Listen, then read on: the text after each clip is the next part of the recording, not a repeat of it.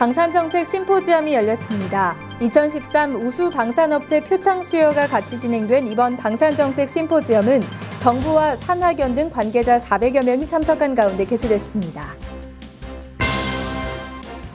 2013년 방위사업청 최우수 부서로 수출진흥과가 선정됐습니다.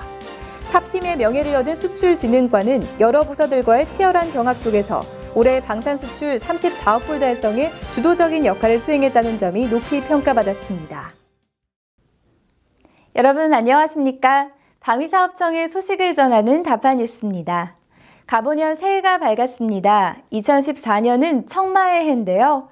기운차게 달리는 야생마처럼 방위사업청의 한 해도 새롭게 도약하길 기대하면서 다파뉴스 더욱 힘차게 시작하겠습니다. 첫 소식입니다. 2013 방산정책 심포지엄이 개최됐습니다. 우리 방위산업의 발전을 위한 장기 비전이 제시되고 공감대 형성을 위한 다양한 정책 대안과 구체적 실현 방안이 논의된 그 특별한 행사에 김지원 기자가 다녀왔습니다. 방위사업청이 주최하고 한국방위산업진흥회가 주관하는 2013 방산정책 심포지엄이 열렸습니다. 정부와 산학연 등 관계자 400여 명이 참석한 가운데 심포지엄 일부에서는 이용걸 방위사업청장의 격려사와 함께 2013년도 우수 방산업체 표창이 이어졌습니다. 이제 우리는 안정된 방위산업 기반을 바탕으로 방위산업의 지속적인 발전 방향을 모색해야 할 시기입니다. 첫째, 방위산업의 근간이 되는 중소기업의 경쟁력을 강화해야 할 것입니다. 둘째, 국민 경제와 일자리 창출에 기여하는 방위사업이 되어야 할 것입니다. 셋째, 방위산업의 지속적 발전을 위해 투명성을 높여야 합니다. 제2부에서는 한국 방위산업의 미래지향적 발전을 위한 주요 현안 문제에 대한 발표와 토론이 활발하게 진행됐습니다. 이번 심포지엄을 통해 우리 방위산업의 발전을 위한 장기 비전과 공감대 형성을 위한 다양한 정책 제안이 제시됐고 구체적 실현 방안들도 논의됐습니다. 2013 방산정책 심포지엄은 방산유관기관과 방산업체가 한자리에 모여 다양한 의견을 나누고 정보를 교환하는 뜻깊은 자리였는데요. 많은 상생협력 주제 발표와 토론을 통해 창조경제의 주역, 방위산업이 한 걸음 더 나아갈 수 있기를 기대합니다. 다파뉴스 김지원입니다. 방위사업청은 매년 과팀 단위 부서들의 노고를 격려하고 자긍심을 고취시키기 위해 방위사업청 탑팀을 선정하고 있는데요. 이번 2013 방위사업청의 최우수 탑팀은 어떤 팀이 수상했을까요? 김지원 기자가 보도합니다.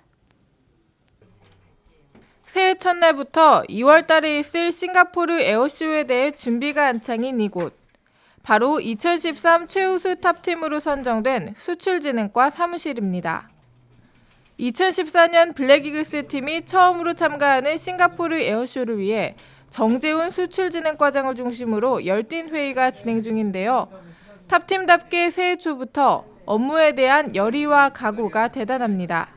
우리 과원 모두가 맡은 일을 열심히 해주고 무엇보다 즐겁게, 지혜롭게, 다 함께라는 수출진흥과의 모토를 바탕으로 자율적인 분위기 속에서 업무를 수행했던 점이 좋은 결과로 이어진 것 같습니다. 우리 수출진흥과 요원들은 부서에 대한 자긍심도 대단하고 모두 자기 개발을 위해서 열심히 노력하는 그런 과원들입니다. 지난 2013년 방산 수출 역대 최대 규모인 34억 불을 처음으로 달성했는데요.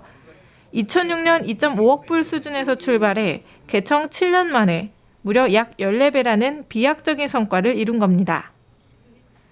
국가의 신성장 동력으로서 부가가치 창출과 새로운 일자리를 만드는 창조경제의 한 축인 방산수출. 수출진흥과는 34억 불 달성에 주도적인 역할을 했다고 평가받아 이번 탑팀의 영예를 안았습니다. 올해에도 수출에 필요한 정책과 제도를 발굴하고 적극 개선시켜서 역대 최고의 방산수출 실적 달성에 적극 기여하겠습니다. 업무 성과 외에도 모든 과원들이 부서장의 감성 리더십을 바탕으로 자율적으로 업무를 수행하고 있습니다. 특히나 저희 과장님께서는요, 업무에 있어서는 절대로 한 번도 뭐 야근을 해야 된다, 주말에 나와라 이런 업무의 지시는 전혀 없으셔도 가까운들이 자기가 맡은 일을 수행하기 위해서 밤늦게까지도 일하고 또 주말에도 나오고. 인생의 선배로서, 그다음에 업무의 조언자로서 항상 옆에서 지켜봐 주시고 저희들이 업무를 하는데 전혀 부담 없이 편하게 대해 주십니다. 또한 과자체적으로 아이리스라는 국제관계정보연구 학습 동아리 운영과 청내 텃밭 경작 등 친목도모를 통해 가족과 같은 팀워크를 유지하는 게 다른 부서와 차별화된 수출진흥과의 모습입니다. 저희가 저희 그 방위사업청에서 텃밭을 가꾸는데 그 토마토, 고추, 오이, 상추 뭐 여러 가지 이런 열매들도 다 회의를 해가지고 공동으로 경작을 해서 그 결실을 맺어가지고 야외에서 바베큐 파티를 같이 했었거든요. 그때가 여름쯤이었는데 정말 아주 오래 기억에 남는 순간이었습니다. 최우수 부서 선정은 직원들의 노력과 성과를 격려하고 모범 사례를 발굴해 이를 공유함으로써 부서 간 선의의 경쟁을 통한 조직 역량 강화를 목적으로 시행하고 있는데요. 이번 최우수 부서 선정을 통해 조직의 역량과 국민의 신뢰를 높여 더 성장하는 방위사업청이 되길 기대하겠습니다. 다파뉴스 김지원입니다. 부품 국산화 관련 민관군이 한자리에 모여 부품 국산화 정책발전 간담회를 개최했습니다. 방위사업청은 주제 발표를 통해 부품 국산화의 추진 현황과 현 실태에 대해 분석하고 개선 방향을 제시했습니다. 또한 현재 부품 국산화 제도와 운영에 대한 문제점에 대해 자유롭게 토론하는 시간을 가졌습니다. 이번 부품 국산화 정책 발전 간담회는 국내 무기 획득과 연계한 부품 국산화 활성화 방안과 부품 국산화 개선을 위한 제안 등 다양한 의견을 나눌 수 있는 소통의 장이 됐습니다. 한 해 업무 성과를 분석하고 내년 업무 추진 계획에 대해 토론하는 자리가 마련됐습니다. 올 한 해 동안 진행됐던 방위산업 정책과 주요 사업 등에 대해 논의하고 그것들을 기반으로 개선 보완해야 할 사항과 내년도 주요 업무 추진 계획에 대해 토의했습니다. 방위사업청은 올해 방산 수출 최대 34억 불 달성과 민군 기술 협력 확대, 국방 중소기업 육성, 국민신문고 민원 서비스, 종합평가 1위 기관 선정 등 많은 성과를 이뤘습니다. 내년에도 방위사업청은 튼튼한 국방과 국민 경제에 기여하는 방위사업 추진을 약속했습니다. 앞으로도 자주 국방을 위한 방위력 개선 사업 수행 효율화와 방위산업의 창조 산업화, 고품질 군수품의 투명한 조달에 앞장서 나갈 계획입니다. 2013년의 마지막 날, 한 해를 마무리하며 퇴임하는 청 공무원과 군인 전역자에게 그간의 노고를 치하하고 격려하기 위한 행사가 진행됐습니다. 다시 한번 우리 전 직원을 다시 대표해서 우리 오늘 퇴임하시는 분들이 그동안 우리 방위사업청과 우리 국가를 위해 헌신 노력한 데 대해서 다시 한번 감사의 말씀을 드리고 또한 우리 전 직원이 가슴속 깊이 붙어 넣어놓은 아쉬운 마음도 같이 전달하도록 하겠습니다.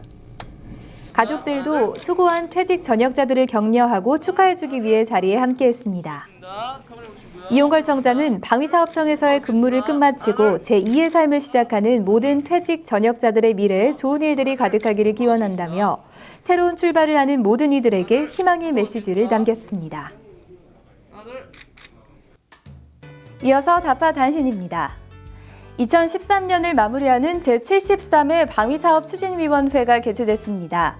김관진 국방부 장관 주재하에 열린 이번 위원회에는 30mm 차륜형 대공포 사업추진 기본 전략과 K9 자주포 성능 개량 체계 개발 기본 계획 총 2개의 안건이 상정돼 의결됐습니다. 방위사업청은 삼성테크윈 등 12개 주요 방산업체 CEO를 초청해 방산정책의 발전 방향에 대한 의견을 나눴습니다. 이날 간담회는 정부와 방산기업 간의 소통과 협력을 통해 튼튼한 국방과 국가경제에 기여하는 방위사업을 육성하기 위한 정부의 정책 방향을 설명하고 방산기업의 의견을 청취하기 위해 마련됐습니다. 방위사업청의 김영산 계약관리본부 장비물자 계약부장이 국제평화언론대상 시상식에서 기업발전대상 부문의 최우수상을 수상했습니다. 김영산 부장은 방위산업체, 보훈복지단체 등의 간담회와 공청회를 통해 국가계약의 공정성과 신뢰성을 향상시켰고 민관의 소통과 협업행정의 성공적인 모범 사례로 인정받아 상을 받았습니다. 청을 바꾸는 지식 콘서트 청바지의 13번째 강연자로 문기정 획득기획국장이 강단에 섰습니다. 지나온 길을 되돌아보며라는 주제로 방위사업청의 역사와 업무 노하우에 대한 강의가 진행됐습니다.